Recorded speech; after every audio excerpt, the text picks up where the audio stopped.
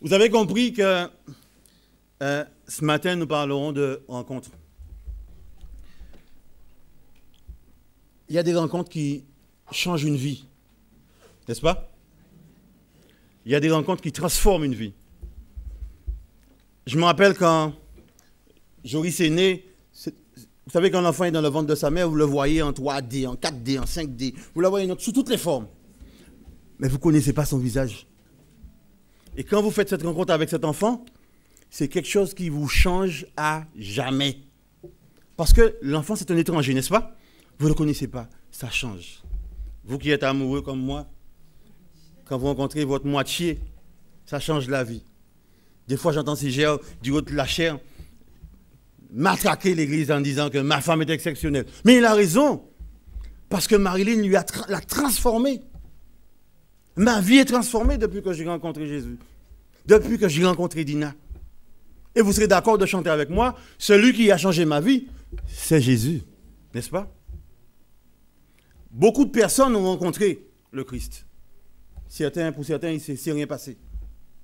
Mais il est difficilement concevable de croiser la route de cet homme et que rien ne se passe. N'est-ce pas? On va un petit peu se balader sur quelques histoires de la Bible et voir qu'il y a des gens qui ont croisé la route de Jésus et leur vie a changé. Chrétien est une église constamment renouvelée en jeunesse. Pas vrai? On a l'impression que la jeunesse de Chrétien ne finit jamais. Il y en a qui partent, il y en a qui sont là, il y en a qui partent, il y en a qui reviennent. Alors je voudrais particulièrement m'adresser à la jeunesse en premier lieu. Et commencer par une première histoire, c'est l'histoire du jeune homme riche. La rencontre du jeune homme riche avec Jésus. Cette histoire se trouve dans le livre de Luc, le chapitre 18, les versets 18 à 23.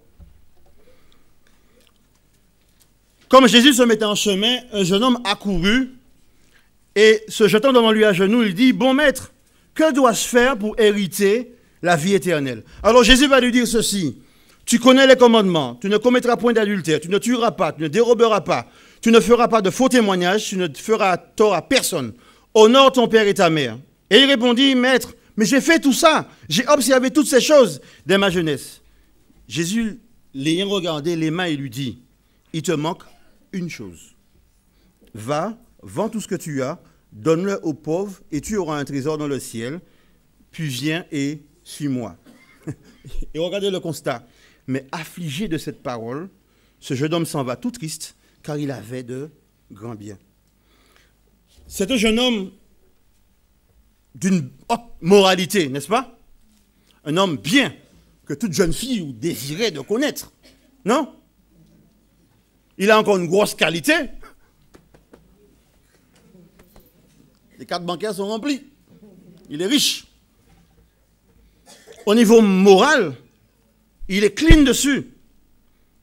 Les relations sexuelles avant le mariage, l'adultère, toutes ces choses, il est clean dessus.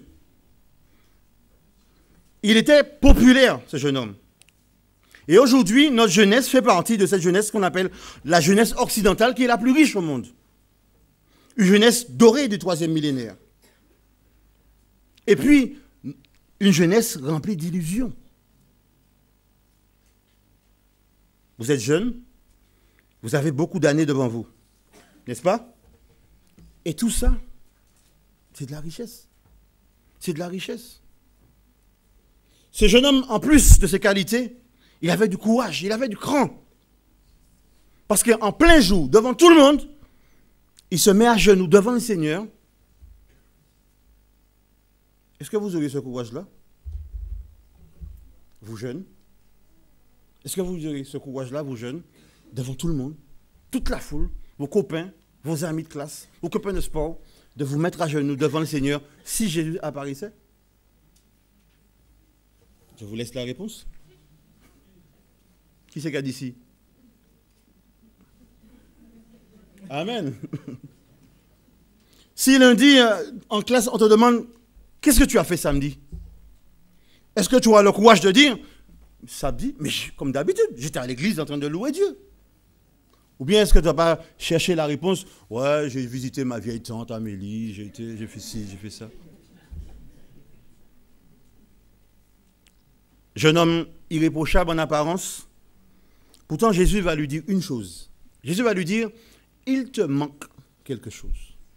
Malgré toute sa richesse, toute sa moralité, tout son comportement, toute son apparence de bien, Jésus va lui dire, il te manque quelque chose. Jésus le regarde et il lui dit, il te manque quelque chose.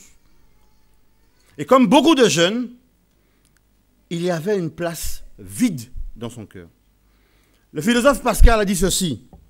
Il dit, dans le cœur de tout homme, il y a un vide qui a la forme de Dieu. Dans le cœur de tout homme, il y a un vide qui a la forme de Dieu. Alors je dirais que ce jeune homme a frappé à la bonne porte. Car la Bible nous dit, sous le soleil, il nous a été donné aucun autre nom par lequel nous puissions être sauvés. Amen ou pas amen? Il n'y a aucun autre nom sous cette terre-là par lequel nous puissions accéder au ciel. Il est venu dans la bonne attitude et au bon moment. Il courut se jeter aux pieds de Jésus. Il n'a pas dit demain. Même s'il était jeune, il savait que le lendemain ne lui appartenait pas. Et l'Écriture nous dit, ne te vante pas du lendemain, car tu ne sais pas ce qu'il peut enfanter. Aujourd'hui, comme nous dit dans l'Apocalypse, maintenant, si tu entends sa voix, ouvre ton cœur. Dans le cas du jeune homme, Jésus n'en voulait pas à son argent. Jésus ne veut pas à ta richesse, à ta beauté, à tout ce que tu es, à tout ce que tu as. Il voulait simplement remettre Dieu à sa place. Le vide que le jeune homme avait dans son cœur, c'était la place de Dieu. Il voulait que ce jeune homme comprenne qu'il fallait donner à Jésus toute sa place en tant que Seigneur et Sauveur. Abandonner ce qui lui barrait la route du ciel. C'était quoi? C'était sa richesse. C'est quoi aujourd'hui, jeunesse? C'est votre beauté, votre vigueur. Vous savez, quand j'ai connu Dieu, j'avais 20 ans, à peu près, 21 ans. Je pratiquais peut-être 4 sports en compétition. Du judo, du football, du handball, de la course à pied. Il n'y en a pas beaucoup qui me battaient dedans. Il n'y a pas beaucoup qui me battaient dedans. À 20 ans, j'étais ceinture noire 4e dan de judo. J'avais 20 ans. J'avais déjà fait des sélections de football. Le handball, j'étais déjà champion 3 fois national 3. Donc voyager en France, surclassé 2 fois en sport. Les kilomètres à la course à pied, je les mangeais comme un petit déj.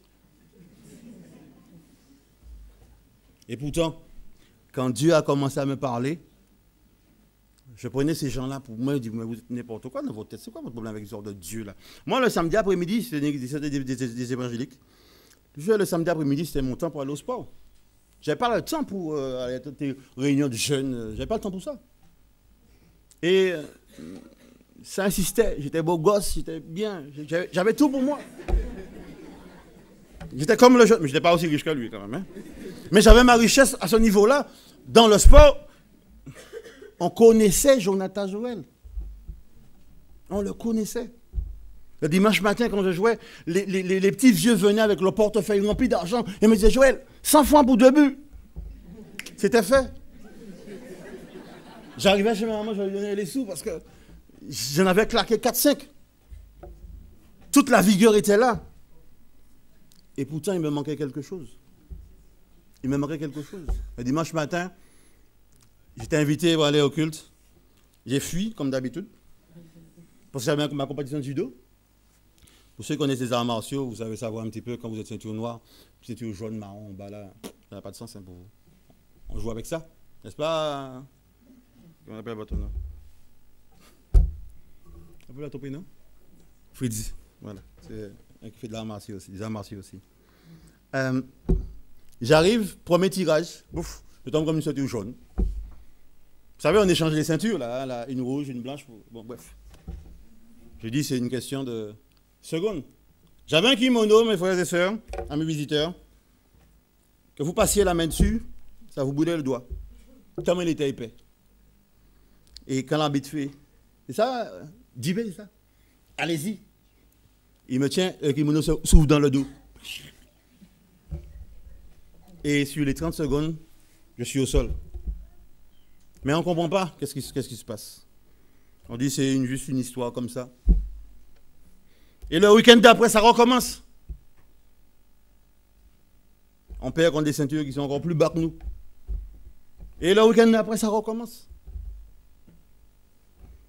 Et la sœur qui m'invitait me dit, mais tu ne comprends pas que Dieu est en train de te parler. Il faut lui donner la place qui lui est due. Et à force, j'ai fini par comprendre qu'il fallait que je lui donne la première place. Et je n'ai jamais manqué de rien. J'ai continué à faire mon sport tranquillement, mais j'ai su donner la priorité à Dieu dans ma vie. Toi, tu sais que tu es né pour vivre un moment comme celui du jeune homme riche. Un moment où tu dois rencontrer Dieu. Est-ce que Jésus a croisé un jour ton chemin, comme il a croisé le mien? Est-ce là ta rencontre? Et quelle est ta décision aujourd'hui? Si tu croisais la route de Jésus. Tout comme ce jeune homme, le Seigneur te laisse libre de tes choix. Mais sache cependant que personne n'est jamais reparti triste d'un contact avec Jésus.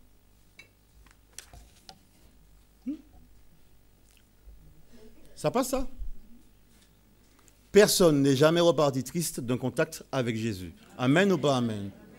Mais je n'ai pas l'impression que vous êtes là avec moi ce matin. Personne n'est jamais parti triste d'un contact avec Jésus. Parce que c'est l'homme qui a le pouvoir de changer ta vie, de la transformer, de te donner la joie que personne ne peut te donner. Amen. Regardez autour de vous, jeunesse. Regardez autour de vous. Des gens qui sont heureux. Heureux d'appartenir à Dieu. Heureux d'avoir donné leur vie à Jésus. Il est temps. Moi, je me rappelle d'un texte qu'un pasteur avait cité, ce texte d'Ecclésiaste qui fait des fois, qui sonne comme une cloche dans la tête. Jeune homme, réjouis-toi de ta jeunesse. Fais ce que tu as à faire. Fais du sport, cours, vis, sors. J'ai appris ce matin un mot avec les explos. C'est gliquer. Vous connaissez ce mot-là? Gliquer, c'est passer tout son temps sur Internet. Voilà un nouveau mot. Gliquer. Gliquer. Moi, je ne connaissais pas. Geeker, c'est geeker. Ah, il y en a qui connaissent. Oui, il y a des gens qui connaissent. Geeker. Passer tout son temps sur Internet. Mais ça ne sauvera personne, ça. Jésus ne se trouve pas sur Internet.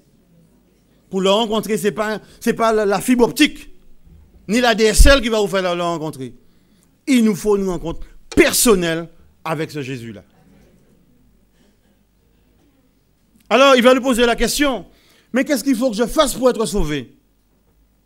Je veux te donner un premier élément que la Bible nous donne. Cherchez premièrement le royaume de Dieu et toutes ces choses vous seront données par-dessus. Parce qu'il s'est inquiété de sa richesse. Mais qu'est-ce que j'ai de moins que ce jeune homme? Des cartes bancaires moins remplies? Oui, mais quand nous sommes couchés à équivalent sur un lit d'hôpital, nous sommes exactement les mêmes personnes. Sauf que j'ai un plus. C'est que je sais que si là, ma vie s'en va, je suis au ciel. Amen? Amen. Et ça, il ne l'a pas. Avec tout l'or qu'il a sur son compte en banque, tous les euros qu'il a sur son compte en banque, il ne pourra jamais acheter le ciel. Qu'est-ce que tu fais de ta vie ce matin? Il y a un autre homme qui a rencontré Jésus aussi. Et on le connaît, c'est Zachée. Vous connaissez l'histoire de Zachée? Luc 19, versets 1 à 10. Zachée est un péager. Cela veut dire qu'il était placé à l'entrée de la ville et tous ceux qui voulaient passer devaient payer. Ils devaient aussi payer pour la marchandise qui passe. Mais Zachée était un petit malin parce qu'il prenait au-delà de ce qu'il pouvait prendre. Et ce qui a fait sa richesse. Et ce qui a fait que Zachée était un homme détestable et détesté, surtout. Luc 19, 1 à 10 raconte que ce matin-là, dans la ville de Jéricho, tout le monde parlait d'un homme exceptionnel. Un homme qui a fait des choses extraordinaires. Un certain Jésus. Il doit passer par là et chacun veut le voir. Ainsi, par simple curiosité, Zachée désire aussi voir cet homme. Mais Zachée a un défaut. Il est petit. Il est tout petit. Et vous connaissez l'histoire. Il va choisir ce sycomore sur lequel il va monter.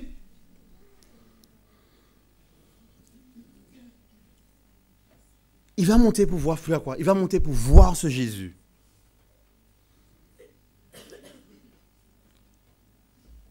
Zachée va vivre un moment exceptionnel. Jésus va s'arrêter pile poil sous le sycomore et lui adresser la parole. Sans s'occuper de toutes les personnes qui sont autour de lui, Jésus va lui dire, Zachée, descends. Descends, parce qu'il faut que je vienne chez toi. Alors, lui, Zachée, il ne s'occupe de rien. Et il dégringole l'arbre. Il descend de son perchoir. Et là, devant tout le monde, il va filmer sa joie. N'est-ce pas? Zachée va comprendre quelques petites choses. Zachée va comprendre qu'en descendant, il va voir Jésus. Il va toucher Jésus. Il va connaître Jésus.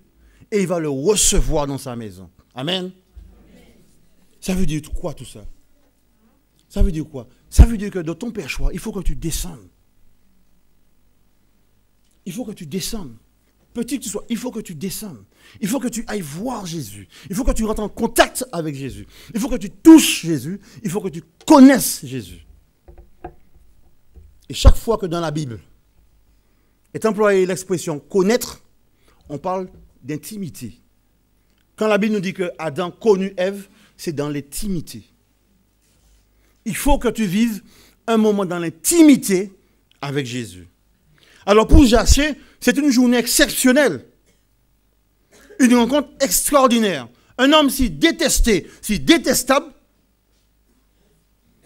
va rentrer en contact avec Jésus. Amen. Mais ça, c'est la merveille de l'évangile. Et Jésus va partir avec lui dans sa maison. Jésus aime Zachée, tout comme les autres. Alors, qui que tu sois un menteur, que tu sois un voleur, que tu sois un bagarreur, qui que tu sois, Dieu t'aime. Jésus va laisser là la foule et s'occuper de Zachée.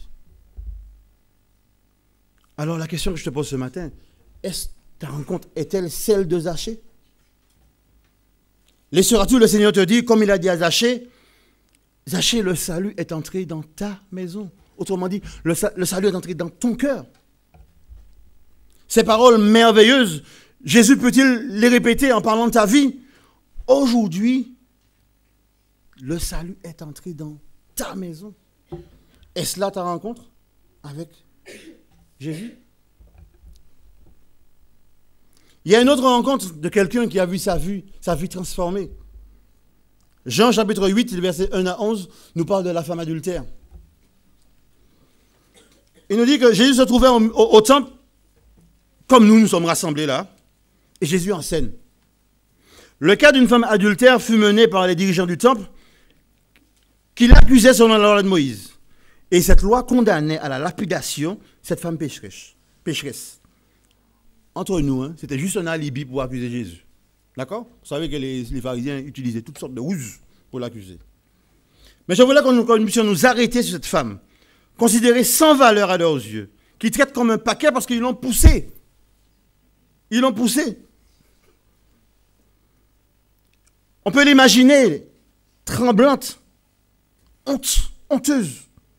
Elle n'a plus d'estime d'elle-même. Elle sait qu'elle est méprisable par son comportement. Elle est repoussée par un public qui brandit la loi. Point de salut, point de pardon. Est-ce que tu as ce niveau-là de rencontre avec Jésus? Tu es là où le monde derrière t'accuse. Jésus va regarder cette femme et va lui dire, je ne te condamne point. Qui que tu sois, quoi que tu aies fait, je ne te condamne point. Jésus n'a pas amoindri l'horreur du péché. Mais il va lui faire comprendre qu'il n'est pas venu pour condamner, il est venu pour conduire cette femme à la vie éternelle. Pas plus. Et quand Jésus va se baisser pour griffonner des choses par terre, c'est-à-dire qu'il va regarder dans le cœur de ceux qui l'accusent et va leur faire comprendre cette question. Qui es-tu toi qui juges? Qui es-tu toi qui accuses? Et quand il va se relever, il va lui dire quoi à la dame, à cette femme? Mais où sont ceux qui t'accusent? Parce que Jésus les avait fait rentrer en eux-mêmes pour leur faire comprendre que quand toi tu accuses quelqu'un, tu t'accuses toi-même. Vous savez la gymnastique des doigts. Quand je t'accuse d'un doigt, je m'accuse 3 fois. Quand je condamne une fois, je me condamne 3 fois. Avant de condamner les autres, réfléchis à ta vie. Le monde va utiliser toutes sortes d'arguments pour nous condamner. Le monde va utiliser des barrières pour vous dire que le salut ne vous est pas donné, ne peut pas vous être donné. Mais regarde ta vie. Ta vie est remplie d'adultère. Ta vie est remplie de choses négatives. Jésus ne peut pas t'accepter, mais qui es-tu pour dire ça? Et là, toute l'expression de l'amour de Dieu est manifestée là. Je ne condamne pas le pécheur, mais j'efface le péché. Ça, c'est la grâce de Dieu. Ça, c'est ce que produit la rencontre avec Jésus. Le pardon est auprès de Jésus. Viens à sa rencontre. Que ta vie soit remplie d'adultère, de mensonges, de vol. Viens tel que tu es. Viens à Jésus. La Bible nous dit dans 2 Corinthiens 5, 17, si quelqu'un est en Christ, il est une nouvelle créature ou une nouvelle création. Moi, j'aime cette expression parce qu'on a l'impression que l'être humain, c'est de la pâte à modeler quand il est devant Jésus. Jésus va le défaire et va le refaire. Jésus va le défaire et le refaire en nouvelle création. Les choses anciennes sont passées et voici, toutes choses sont devenues nouvelles. Frères et sœurs, mes visiteurs, vous qui ne connaissez pas Dieu, le seul être capable de faire ça, c'est Jésus-Christ. Le seul être capable de transformer ta vie comme ça, c'est Jésus-Christ. Le seul être capable de mettre devant toi un amour aussi merveilleux, c'est Jésus-Christ. Il n'y a pas d'autre. Il y a aussi la rencontre de Nicodème. Vous savez, ce docteur de la loi qui connaît tout. Pour lui, il connaissait tout. Jean chapitre 3, les versets 1 à 23. En vérité, je vous le dis, si un homme ne naît de nouveau, il ne peut voir le royaume de Dieu. Alors, mais Nicodème va lui dire, mais comment un gars vieux comme moi, je peux naître de nouveau? Il faut que je rentre dans le ventre de ma mère. Il n'a pas compris. Pourtant, c'est un docteur de la loi. Ça veut dire quoi? Ça veut dire que, au-delà du côté intellect, le ciel n'a pas besoin de ça. On a besoin de choses pratiques. Nicodème manquait quelque chose. Jésus aurait pu lui dire, mais Nicodème, il te manque quelque chose. Il te manque quelque chose. Alors Jésus va lui dire, si un homme non est d'eau et d'esprit, il ne peut entrer dans le royaume de Dieu. Jésus va fixer Nicodème. Il va lire dans son âme. Il va lire dans son cœur. Et il va comprendre que Nicodème est quelqu'un qui cherche la vérité. Il connaissait la loi par cœur, c'était un docteur de la loi. Il la connaissait de manière intellectuelle. Mais le côté pratique, Nicodème ne l'avait pas. Alors tu connais par cœur les Saintes Écritures. Mais Jésus voit au fond de toi que tu as besoin d'une régénération spirituelle. Plus que de la connaissance théorique. Seule une vie nouvelle venant d'en haut peut te rendre capable d'apprécier les réalités spirituelles. La vie chrétienne n'est pas seulement une modification, une amélioration de la vie ancienne. Il doit avoir mort à nous-mêmes, mort au péché, pour avoir une vie entièrement renouvelée, une vie transformée. Et vous direz, une fois que vous avez vécu ça, comme David, ô Dieu, crée en moi un cœur pur et renouvelle en moi un esprit bien disposé. Mais pour cela, il faut rencontrer Dieu de manière pratique. Pas de manière intellectuelle. On peut connaître la Bible par cœur. C'est pas ce qui va nous sauver. On a besoin de rencontres, de toucher Jésus. On a besoin de palper Jésus. On a besoin de le rencontrer. On a besoin de choses vraies. Il y a aussi les rencontres, vous la connaissez, les disciples sur le lac. Sur cette mer déchaînée dans le livre de Matthieu, chapitre 22, versets 22 à 36, cette mer déchaînée sur laquelle se trouvent les disciples, symbolise le chaos. Nous avons l'image d'un monde qui semble vouloir engloutir l'Église. Les disciples ont du mal à se battre contre ces éléments-là. Ils mènent une lutte qu'ils savent perdue. Sans doute, ils se sentent seuls à ce moment-là. Mais quand Jésus leur apparaît sur la mer, ils ne le reconnaissent même pas. Tellement que tous ces éléments-là qui sont autour d'eux les font oublier qui est Jésus. Je crois que l'Église est en train de vivre ces moments-là, n'est-ce pas? Jésus vit ces moments-là, où le monde est là avec sa pression. Ce texte nous invite simplement à ne pas perdre confiance. À aucun moment la barque ne risque de couler, même si elle est fortement secouée. Laissez-moi vous dire une chose que je crois, et ça n'engage que moi. Et j'espère que vous allez vous associer à moi. Quoi que Satan fasse, aussi déchaîné qu'il peut être, il peut utiliser toutes sortes de ruses, il peut faire tout ce qu'il veut, l'Église de Dieu ne mourra jamais. C'est vrai ou c'est pas vrai? Le diable peut se déchaîner autant qu'il veut, l'Église de Dieu ne mourra jamais. Parce que Dieu a une mission pour le monde, c'est que maximum doit connaître ce qu'est la vérité. L'Église de Dieu est placée ici-bas par Dieu, pas par un homme. Et Satan peut se déchaîner contre elle. Ce mur-là ne va jamais s'effondrer. Amen. Frères et sœurs, je voulais vous parler d'une dernière rencontre. Une rencontre extraordinaire. Moi, c'est le summum des rencontres quand je lis la Bible. Vous savez, il fait très chaud là quand même. Hein? Très, très, très chaud. Un persécuteur devient disciple de Dieu. Vous pensez que c'est possible ça? Oui, parce que vous l'avez lu. Mais si je vous parlais de ça comme ça, si je vous disais par exemple, vous savez que Oussama Ben Laden n'est pas mort, c'est un adventiste. Il a donné sa vie à Jésus. Vous l'aurez cru ça? Qui l'aurait cru, honnêtement? Ça reste entre vous et moi. On ferme la porte, ça reste là. Personne. Personne n'aurait cru ça.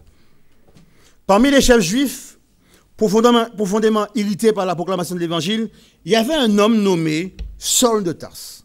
Citoyen romain de naissance, il était cependant de descendance juive. Il avait été instruit par les plus éminents rabbins de l'époque. La Bible nous parle de lui en disant de la race d'Israël, de la tribu de Benjamin.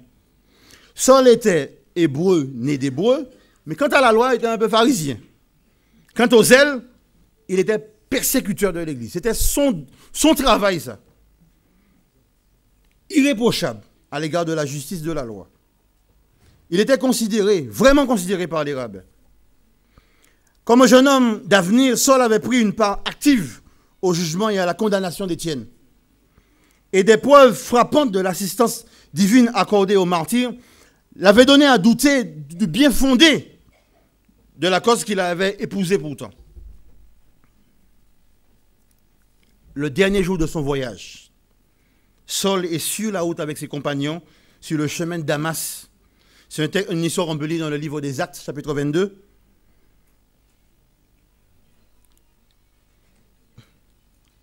Est-ce qu'on peut couper le téléphone? Merci. Paul et ses compagnons sont sur le chemin de Damas. Paul, il part où il va? Paul va en mission. Parce que sa mission, c'était de persécuter l'Église. Donc Paul est en route avec ses compagnons pour aller persécuter l'Église.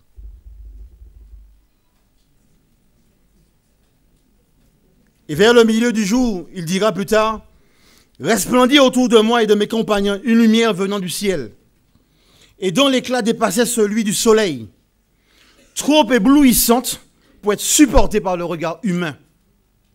Aveuglé et frappé de stupeur, Saul tombe la face contre terre. Alors, tandis que la lumière continuait à resplendir autour des voyageurs, Saul entend une voix qui dit, « Saul, Saul, pourquoi me persécutes-tu » Est-ce ce matin, parmi nous, il y a quelqu'un à qui Jésus peut lui dire ça? pourquoi me persécutes-tu? Et Paul va répondre, mais qui es-tu, Seigneur? Regardez bien, il ne dit pas qui es-tu, toi qui parles. Il dit, qui es-tu, Seigneur? Et le Seigneur va lui donner la réponse qu'il attend. Le Seigneur va lui dire, je suis Jésus, celui que tu persécutes. Je suis Jésus, celui que tu persécutes. Ça veut dire quoi? Ça veut dire que tout le mal qu'on fait aux enfants de Dieu, on le fait à Jésus lui-même. Et la grâce que nous avons, c'est d'avoir cet homme qui prend part au combat pour nous. Alors, rempli de crainte et presque aveuglé par l'intensité de la lumière, les compagnons de Saul entendent une voix, mais ils ne voient personne. Saul, cependant, lui, comprend ce que disait cette voix. Celui qui lui parle lui révèle clairement qu'il est le Fils de Dieu. Être glorieux qui se dresse devant lui. Et Saul, à ce moment-là, reconnaît le divin crucifié. Le visage du Sauveur fut à jamais gravé dans l'âme de cet homme, bouleversé. Les paroles qu'il entend lui vont droit au cœur, avec une puissance terrible. Frères et sœurs, la Bible nous dit que le Saint-Esprit, la puissance de l'Évangile, quand ça rentre dans le cœur, ça coupe tout en deux. L'Évangile, c'est un scan. Ça vous dévoile. On ne peut rien lui cacher. Les choses cachées, les choses les plus profondes, le Saint-Esprit rentre dedans comme un scanner et il dévoile tout ça. Alors, rempli de crainte, Paul va comprendre qu'il a affaire à Dieu. Dans les replis obscurs de son esprit, alors se déversent des flots de lumière, lui révélant l'ignorance et les erreurs de sa vie passée, en même temps que son besoin urgent de la lumière de l'Esprit Saint. Frères et sœurs, il n'y a que le Saint-Esprit. Toi qui ne connais pas Dieu, il n'y a que le Saint-Esprit de Dieu qui soit capable d'accomplir un tel acte. La Bible nous dit que l'Esprit Saint convainc de péché, de justice et de jugement. On disait la dernière fois pendant la leçon, lorsqu'on parlait de Jésus prêtre, on avait affaire à un avocat qui n'avait et qui n'a et qui ne va jamais perdre un procès. Amen. Lorsqu'on a affaire à Jésus comme avocat, il ne perd aucun procès. Mais il y a une deuxième petite chose qu'on doit savoir aussi. Autant qu'on peut manipuler un avocat, celui-là ne manipule pas. Autant que dans une affaire, il n'y a que l'accusé qui connaisse la vérité. Quand on a affaire avec Jésus comme un avocat, il n'y a que l'avocat qui connaisse la vérité. Et ça, on ne peut pas le badiner non plus, n'est-ce pas? Saul découvre alors qu'en persécutant les disciples de Jésus, il avait en réalité servi la cause du diable. Il réalise soudain que ses convictions touchant la justice et ses propres devoirs étaient surtout basées sur la confiance implicite qu'il accordait aux prêtres et aux magistrats. Il avait cru en eux, il avait embrassé cette cause-là, mais il était faux dans tout ce qu'il faisait. Maintenant que Jésus s'était révélé à lui, Saul avait la certitude que les gens qu'il persécutait, eux, étaient dans le vrai. Alors pendant 3 jours, Saul va rester aveugle. Et pendant ces 3 jours-là, Jésus va se révéler à lui. Dieu va se révéler à Saul. Dans cette réclusion complète, Paul va faire un sérieux examen de sa conscience. Il va s'humilier. Il va humilier son cœur. On appelle ça quoi? On appelle ça la conversion. Je reconnais qui je suis. Je descends dans mon humilité. Je descends là. Et j'accepte Christ comme sauveur et Seigneur de ma vie. Et on a la garantie derrière tout ça. On reçoit le chèque de l'éternité. Il nous reste juste qu'à le remplir. Le chèque est signé. La rencontre miraculeuse de Saul avec Jésus, c'est quelque chose d'extraordinaire. L'homme qui tombe lorsqu'il croise la route de Jésus n'est pas le même qui se relève. De Saul de Tarse, il devient Paul apôtre. Ça veut dire quoi tout ça? Ça veut dire qu'après sa rencontre avec Jésus, après sa conversion, Paul devient quelqu'un d'autre. Est-ce que vous croyez qu'un être humain mortel comme moi a le pouvoir de faire ça? Le pouvoir de changer une vie, de transformer une vie? Et ce qui est merveilleux dans l'histoire de Saul, c'est que Dieu va utiliser ses capacités, son zèle, son caractère à son service. Dieu a besoin de toi avec tes qualités. Saul avait besoin de rencontrer Jésus. Il avait besoin d'une rencontre personnelle avec Jésus. Et pourtant, Saul était un meurtrier, témoin de choses terribles. Il n'y a pas d'homme ici-bas, quelle que soit sa situation, quelle que soit sa condition, quel que soit ce qu'il a fait dans sa vie. Quand tu demandes à Dieu d'entrer dans ton cœur, il y entre. Parce qu'il ne vient pas condamner le pécheur, il vient condamner le péché. Amen. Dieu veut se révéler à l'humanité. C'est pour ça qu'il a donné son Fils à la croix. Alors, après toutes ces rencontres, tout comme Zachée au milieu de la foule,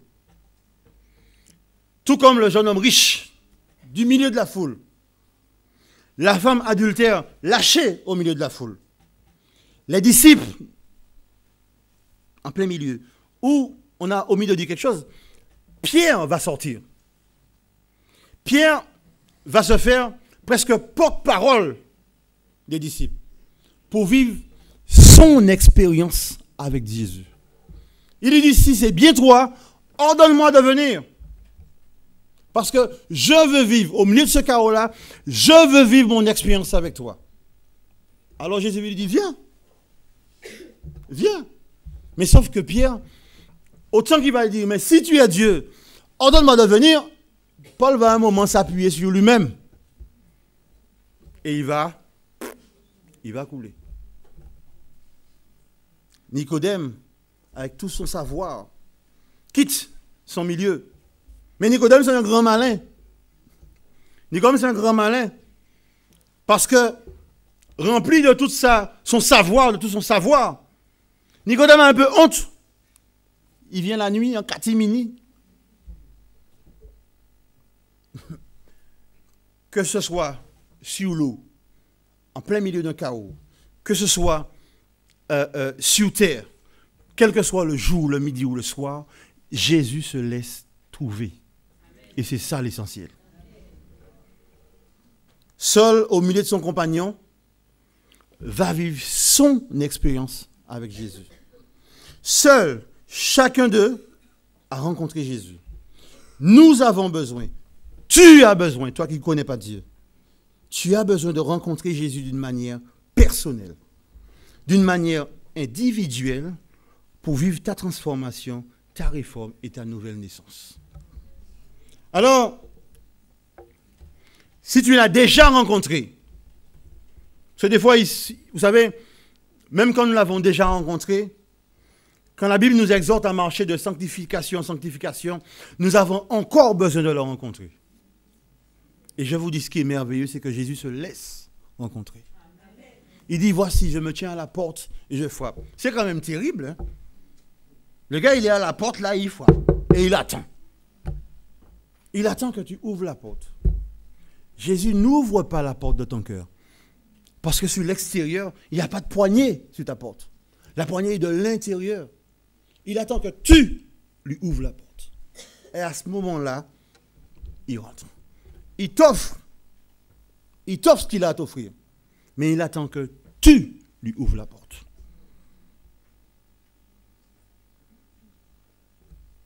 Si tu l'as déjà rencontré, je t'invite à le rencontrer encore et encore.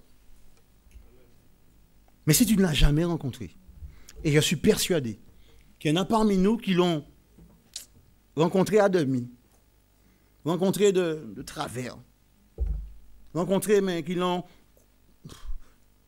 croisé mais de loin, ça c'est pas une rencontre. Si tu ne l'as jamais rencontré, Jésus, alors là, aujourd'hui, aujourd'hui, il veut te rencontrer de manière personnelle. Jésus, c'est un homme qui aime entrer en tête à tête avec les gens. Il aime les choses intimes. Chaque fois qu'il a rencontré ces personnes, sorties de la foule, il les a rencontrées de manière individuelle. Le salut n'est pas une histoire collective. Le salut demeure individuel. La Bible nous dit que chacun devra rendre compte pour ce qu'il a fait. Aujourd'hui, Jésus veut te rencontrer. Jésus tient à te rencontrer. Jésus attend de te rencontrer. Viens à lui tel que tu es, parce qu'il use de patience envers toi. Il aurait pu dire fermer la porte de la grâce.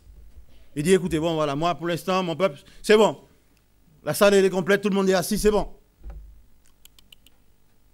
Le salut de Dieu est illimité. L'amour de Jésus est illimité. Il y a encore de la place pour toi. Jésus tarde à venir parce qu'il veut que tout homme parvienne à la connaissance de la vérité. Il veut que tu te repentes. Il veut que tu le reconnaisses comme sauveur. Parce qu'il est venu pour te chercher. Alors j'ai envie de dire une chose. Ne repars pas comme le jeune homme riche. Ne repars pas attristé. Parce que tu as choisi de mettre en priorité ta richesse, ta beauté, tes biens. Ça ne va pas t'emmener au ciel.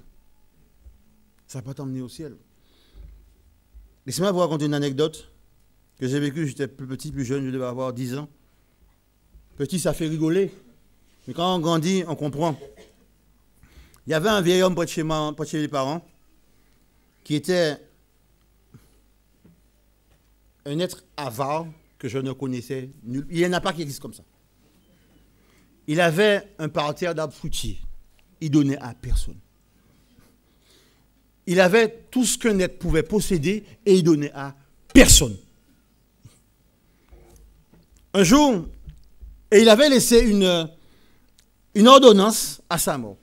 Il voulait être enterré avec tout son argent qu'il avait sous son lit. Alors, on a quel âge? On a 12 ans, 12-15 ans. On va pour la première fois assister à une veillée. Et il y a une dispute dans la maison. Oui, mais Hector a dit qu'il faut mettre l'argent. Alors, les gens prennent l'argent, mettent dans un sachet. Non, il est trop petit le sachet. Il faut mettre, parce qu'il y en a encore d'autres sous le lit. Il faut déchirer le matelas. Il y a encore des billets et des billets dedans. Et il y a un jeune, le plus jeune frère. Le cercueil est là, hein, ouvert. Le dilemme, c'est de mettre le paquet d'argent dedans. Le jeune frère est là, il regarde tout ça. Et puis il dit, écoutez-moi, j'ai une idée.